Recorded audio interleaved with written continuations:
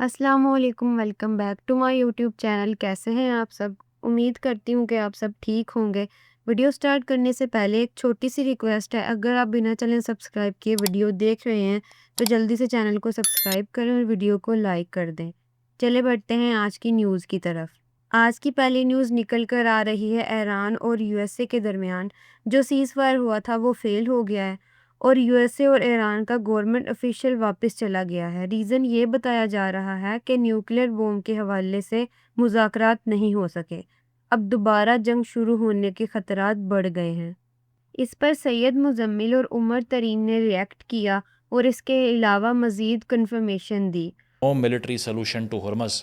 Trump is deliberately not accepting that publicly. Donald Trump ने अपने बयान में ये भी कहा कि बहुत से नकात पर गुफ्तगू हो गई थी, अग्रीमेंट भी हो चुका था, लेकिन ईरान बॉम्ब बनाने से पीछे नहीं हटना चाहता। अब मेरे नज़दीक मेरा नहीं ख्याल कि Iran is hell bent to make a nuclear grade weapon. उसकी वजह यह है कि वो पहले भी इसको गिव अप करने को तैयार हैं। उन्होंने NPT को भी साइन कर रखा है, JCPOA भी साइन कर रखा है, IAEA की सेफ़ गार्ड्स भी उन्होंने एक्सेप्ट कर रखी थी माजी में। मसला ये है कि उनका एतमाद सिफर हो चुका है। अदरवाइज़ ईरान अगर नुक्लियर पर सूट ना भी करे अपना, तो कन्वेंशनल वॉर से ही दुनिया का बुरा हाल कर दिया उन्होंने। $3000 का शाह ड्रोन ने ही पूरे गल्फ़ की इकॉनमी को हिला के रख दिया, दुनिया की मार्केट्स डिस्ट्रॉय कर दी। तो जौहरी हथियार उन्होंने क्या करना है? कुछ भी नहीं। जी, दूसरी तरफ की कहानी भी सामने आ गई है और ईरान की तरफ से भी प्रेस कॉन्फ्रेंस कर दी गई है। इसमें उन्होंने ये कहा है कि अमेरिका का जो रवैया था हम उसके रवैये से बहुत ज़्यादा मायूस हैं। मीटिंग के दौरान नेतन्याहू को JD वेंस की कॉल जो है वो हमें बिल्कुल समझ नहीं आई। ऐसा लगा जैसे अमेरिका ईरान मुज़ाकरात से तवज्जो इसराइल के मफादात के ऊपर जो है वो मरकूज़ कर दी गई है। और उन्होंने मजीद कहा कि अमेरिका ने मुज़ाकरात के मेज़ पर वो हासिल करने की हमसे कोशिश की जो वो जंग के ज़रिए हासिल नहीं कर सका। यहाँ पे नेक नीति के साथ आए थे और पाकिस्तान छोड़ने से पहले JD वेंस की प्रेस कॉन्फ्रेंस जो है वो भी गैर ज़रूरी थी और वो भी मायूस कुन अमल था। मज़ीद उन्होंने कहा कि हम अपने मुल्क के मुफाद, खुद मुख्तारी और तहफ़्फ़ुज़ के लिए पुरज़्म हैं और हम तैयार भी हैं। अब आपको दूसरी साइड की कहानी पता चल रही है। सर, ये जो मुज़ाकरात के लिए ईरानियन लीडरशिप थी ना, और ख़ास तौर पे जो इस्लामाबाद के अंदर जो लोग आए थे वो सारे PhD डॉक्टर्स थे, कोई हमारी तरह लल्लू पंजू नहीं थे। देखिए, दुनिया की नज़र में बेहतरीन डील जो है ना वो वही होती है जो फ़ौरन कबूल ना की जाए। अगर डील फॉरन कबूल कर ली जाए ना तो पता है लोग क्या कहते हैं, ओ जी घाटे का सौदा कर लिया इन्होंने, ओ जी ए भी गल मन्नी जानी सी, ओ भी गल मन्नी जानी सी, ओ ए भी मनवा सकते सी, ए नहीं करना चाहिए सी। फिर इस तरह की चीज़ें होती हैं। और ख़ास तौर पे जो मुखालिफ होता है ना वो ये तासुर लेके जाता है कि यार वह तो बिल्कुल तैयार खड़े सी, थोड़े तो मन गए। तो थोड़ा सा ना साइकोलॉजिकल गेम्स को समझा करें। और आज की अगली न्यूज़ निकल कर आ रही है गारिदा फ़ारूकी के हवाले से। रिसेंटली सीज़ फायर के दौरान उनकी एक पिक्चर वायरल हो रही है जिसमें उनके आउटफिट की वजह से लोगों के दरमियान डिबेट शुरू हो गई है। लोग उनको ईरानी रिपोर्टर से कंपेयर करने लगे। इस पे गारिदा फ़ारूकी का रिप्लाई आया है। उस वीडियो का एक छोटा सा पार्ट आपको दिखाती हूँ। काम है, सरकार का काम है कानून का निफाज देखिए करना। मैं और आपको इसके खातून जवाब के देता खिलाफ किसी भी बुनियाद पे, चाहे उसके लिबास की बुनियाद पे, ये वही जहनियत है जो कहती है कि औरत का लिबास मुख्तसर नहीं होना चाहिए क्योंकि मर्द रिबोट नहीं है।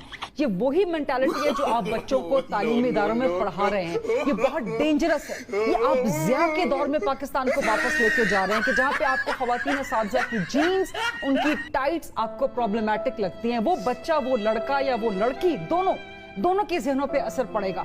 वो जब बाहर जाएगा, उस स्कूल से निकल के, उस कॉलेज से निकल के, उस यूनिवर्सिटी से निकल के, वो अपने आसपास काम करने वाली खवातीन पाकिस्तान के तहत आप जो मर्जी पहने, जितने मर्जी कम कपड़े पहने, I will be supportive of you. आप कल जितने मर्जी कम कपड़े पहन के बाहर आना चाहें, मैं आपको प्रॉमिस करता हूं गवर्नमेंट के ऑफिशियल के तौर पे मैं आपको सपोर्ट करूंगा। आप कल से शुरू करें अल्लाह का नाम लेके।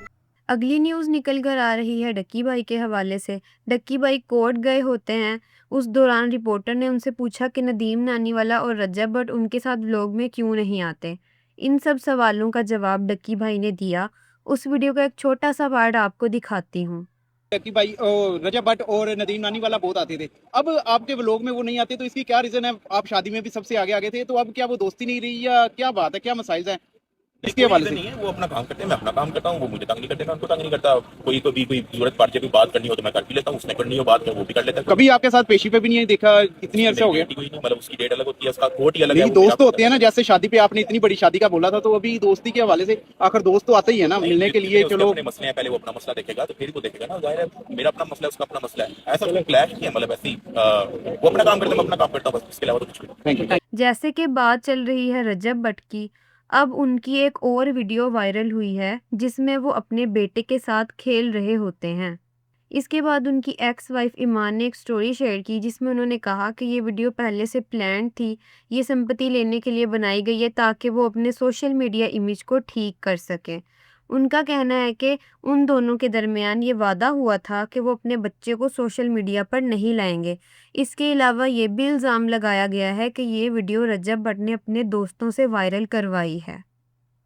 आज की लास्ट न्यूज़ निकल कर आ रही है पाकिस्तान और सऊदी अरब के दरमियान डिफेंस के मुआहदे के हवाले से। इसे पूरा करने के लिए पाकिस्तानी फाइटर जेट्स और वेपन सऊदी अरब भेज दिए गए हैं।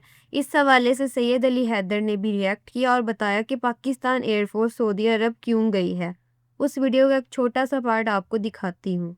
पाकिस्तान ने अपना जो डिफेंस पैक्ट है सऊदी अरब के साथ उसको एक्टिवेट कर दिया है। ये बहुत बड़ी खबर है। पाकिस्तान के जहाज, मैं भी आपको बताऊंगा कि पाकिस्तान ने क्या किया है, एग्जैक्टली क्या क्या भेजा है सऊदी अरब। पाकिस्तान की एयरफोर्स का एक पूरा दस्ता है जो इस वक्त सऊदी अरब में मौजूद है। अच्छा, ये हुआ कब? जैसे ही मुज़ाकरात का आगाज होने लगता है नाजरीन, पाकिस्तान अपनी एयरफोर्स का दस्ता सऊदी अरब भिजवाता है और वहां की जो प्रिंस अब्दुल अजीज एयरबेस है वहां पे वो लैंड करते हैं। पाकिस्तान ने न सिर्फ तैयारे भिजवाए हैं बल्कि हथियार भी भिजवाए हैं सऊदी अरब की हिफाजत के लिए। अब ये बड़ा एक सिनारियो को जरा समझिएगा ना। सिनारियो क्या है? सिनारियो यूं बिल्डअप हो चुका हुआ है कि ईरान जो है वो आ गया है, ईरानी आ गए, अब्बास अरागची के समेत, गलीबाफ के समेत बाकी लोग आ चुके हैं, अमरीकी आ चुके हैं। अब अमरीकियों को भी एक तरह से इस बात का अंदाजा है कि ईरान पीछे हटने वाला नहीं है और ईरान को भी एक तरह से पाकिस्तान ने पैगाम दिया है कि सऊदी अरब के साथ हम खड़े हैं। तो वो पाकिस्तान सालसी भी कर रहा है, लेकिन एक तरह से एक प्रेशर टैक्टिक भी है जो पाकिस्तान ने अपनाया है, क्योंकि जैसे ही मुज़ाकरात शुरू होने लगते हैं उससे चंद लम्हों पहले पाकिस्तान की एयरफोर्स का दस्ता सऊदी अरब रवाना कर दिया जाता है, बल्कि पहुंचा दिया जाता है और ये पैगाम दिया जाता है कि सऊदी अरब और पाकिस्तान का जो डिफेंस पैक्ट था उसको एक्टिवेट कर दिया गया, उसका आगाज हो गया। तो ये बहुत बड़ी बात है। यानी पाकिस्तान ये भी बता रहा है कि खित्ते की सिक्योरिटी के अंदर पाकिस्तान का बड़ा अहम किरदार है और पाकिस्तान जो है वो ईरान के साथ भी खड़ा है, अमेरिका को भी ऑन बोर्ड ले रहा है, लेकिन पाकिस्तान अपने इत्तेहादी सऊदी अरब के साथ भी खड़ा है। तो पाकिस्तान ये पूरी इस नक्शे में अगर आपको देखें ना तो बड़ा अहम और बहुत बड़ा किरदार है। किरदार ये है कि सिक्योरिटी और अमन जो है वो कहीं ना कहीं उसको पाकिस्तान लीड कर रहा है। जैसे ही मुज़ाकरात का आगाज होना था उससे चंद लम्हे पहले पाकिस्तान ने अपनी एयरफोर्स का एक बहुत बड़ा दस्ता सऊदी अरब पहुंचाया है और सऊदी अरब की वजारत खारजा और वजारत दिफा ने ऐलान किया है कि जो हमारा डिफेंस एग्रीमेंट था, पैक्ट था पाकिस्तान के साथ, वो अब एक्टिवेट हो चुका हुआ है, वो अब अमल में आ चुका हुआ है। ये पॉस्चरिंग है, ये पाकिस्तान का ईरान को भी पैगाम है कि देखो हम अपने इत्तेहादियों के साथ खड़े हैं, हम तुम्हें भी फैसिलिटेट कर रहे हैं, हम अपने इत्तेहादियों के साथ भी खड़े हैं। एक आज तक के लिए इतना ही, मिलते हैं इंशाल्लाह हम अपनी अगली वीडियो के साथ। तब तक के लिए अल्लाह हाफिज़।